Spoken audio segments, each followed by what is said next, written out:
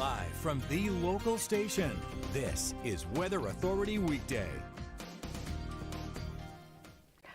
Hi, happy Thursday. I am meteorologist Michelle McCormick. Good to be with you on this Thursday. And it is quite beautiful outside. If you haven't had a chance to step outside, give it a whirl, and I think you'll enjoy it. If you liked yesterday, you'll like today.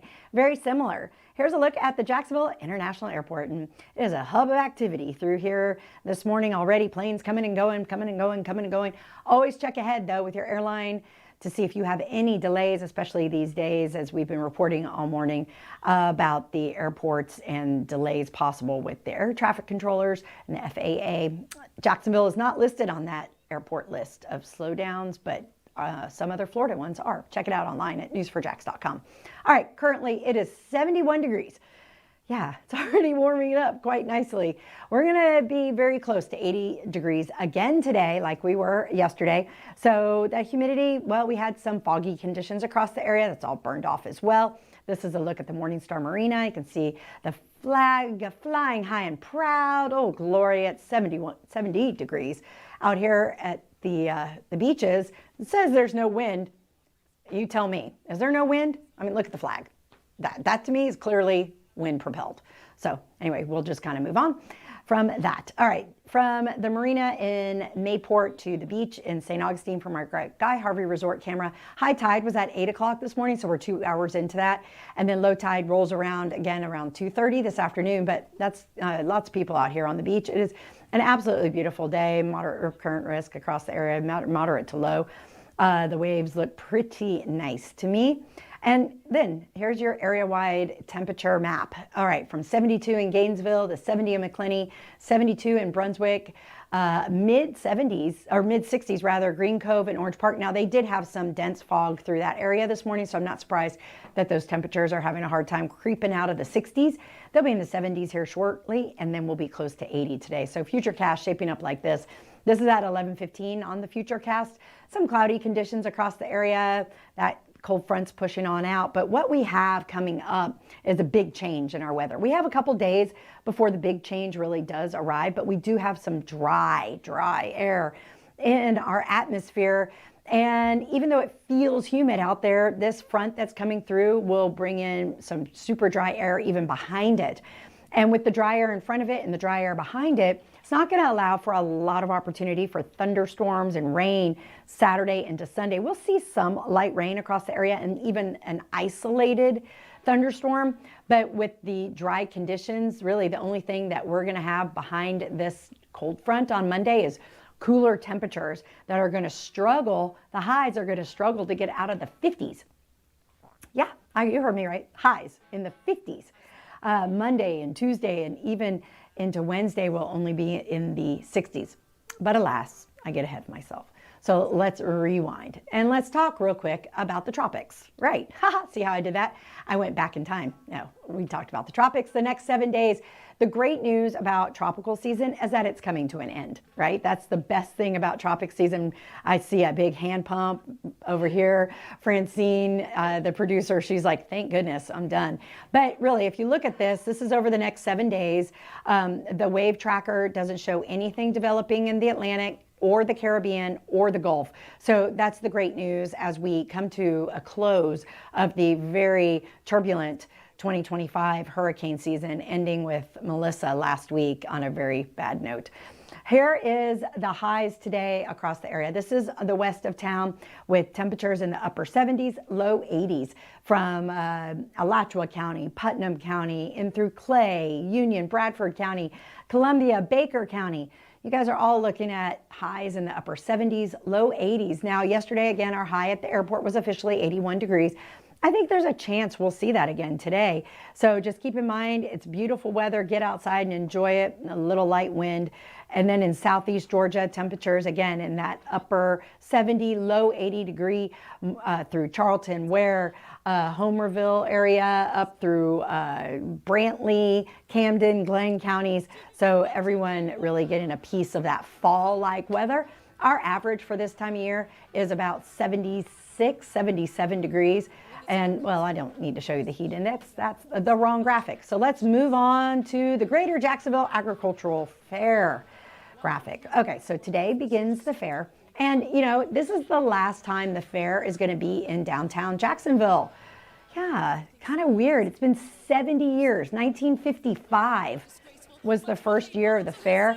And there's so much more to do at the fair than just ride rides. If you're not a carny and you don't want to ride on these rides, then you can... they're kind of creaky. They're a little creaky for me. But there's so much else, so many other things to do at the fair. You can go check out the animals. There's a whole agricultural side of our fair. So there's the pigs and the cows and the chickens, and it's huge. And it's all at the fairgrounds right here. So it opens tonight at 5 p.m. Gates open, rides start, and Richard is going to be out there today beginning at 4 p.m. He's going to be live. And if you haven't seen Richard live at the fair, you got to tune in because this is his jam. He loves to be out there. Usually his head burns a little bit, so hopefully he'll bring some sunscreen tonight because it's still going to be very sunny and warm. But then once the sun sets at 5:35 tonight, temperatures will drop into the upper 60s, and then we'll be in the mid 60s by 9 o'clock. And believe it or not, the fair ends at 11 o'clock. So plenty of time. And today's only the first day. It goes through the 16th. And then lows tonight will drop into the mid 50s across the area. Very similar to what we had this morning. We'll have again tomorrow morning. So lots of opportunity to get out for that morning walk before the sun rises again around 6:45. All right. So we talked a little bit about rain on Sunday, and honestly, this is the next 5 days of rain, and there's not going to be a huge accumulation of rain, which is why there's a 10 to 20% chance. So that 10 to 20% chance that you're going to see on our 7-day forecast just is for accumulation. It's, you know, the precipitation probability, and it's not likely. But this is what I wanted to talk about. These cold temperatures. So we've already had lows in the 40s this fall. That's nothing new. So this Monday morning low is just going to be different. It's going to be about 10 degrees cooler than we've seen, especially over the weekend when we're going to have highs in the low 80s. It's this forecast that's really going to make a difference. And this is going to be Tuesday and even into Wednesday morning where we have these frosty, freezing opportunities in some areas. So the 34 that you see on there, that of course is at the airport. So that's official.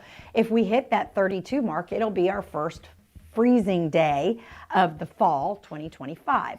Now, usually that day is around December 12th. And so we're about a month early this season. Also Tuesday, the good news about Tuesday is it's Veterans Day, which means no school, which means the kiddos and you do not have to hang out at the bus stop when it's super cold, which is great because it's not quite winter yet. So if we see some of these 30s in Orange Park, 31 in McClenny, even the 32 in Waycross, 32 in Stark, that just means that we are going to have to take care of our pets, our pipes, our plants, and our people. That's when we're really going to have to start putting those P's into action and make sure we're taking care of those. So we're going to be talking about this throughout the next several days, online and on air. And again, on this weekend when I'm here, I'll be sure to be bringing that up again because there's no doubt that Tuesday morning specifically will be a little on the chilly side. And Wednesday might even have some cool temperatures too. It just depends on where you are. It's going to be mostly west of town. So here we have the next 7 days. And also on Monday and Tuesday, see those increasing winds out of the north-northwest? They're going to be between 10 and 15 miles per hour. That's also going to help elevate the fire danger. So not only are we going to have cool, dry air, we're going to have windy conditions, which enhances fire danger. So open flames and the ability to catch fire on those drier parcels in the ground. So no open flames, especially during those first 2 days of next week. But honestly, it's a great weekend ahead. We're looking forward to some really wonderful fall weather, a little bit spring-like as we move through Saturday and Sunday with those chances of rain increasing slightly Saturday into Sunday as well. Isolated thunderstorm, can't rule it out on Sunday as that cold front passes through. But Monday, Tuesday, and even into Wednesday of next week is when we really start to really get cold. So what your task is over the next several days is pull out the boots, pull out the sweaters, make sure they're all ready to go, and the jackets for the winter, because you're going to want to take them out, dust them off, and get them ready for that Monday and Tuesday morning. So it's Thursday. Thanks again for tuning in. I'm meteorologist Michelle McCormick, and coming up at noon, I will update you again on all of this. And again, we will see you back here. And don't forget to tune in live this afternoon at 4 p.m. to check out Richard Dunn at the Jacksonville Fair. Have a great day. We'll see you back here soon. See why every day more people are choosing News4JAX, Northeast Florida and South Georgia's #1 source for local news.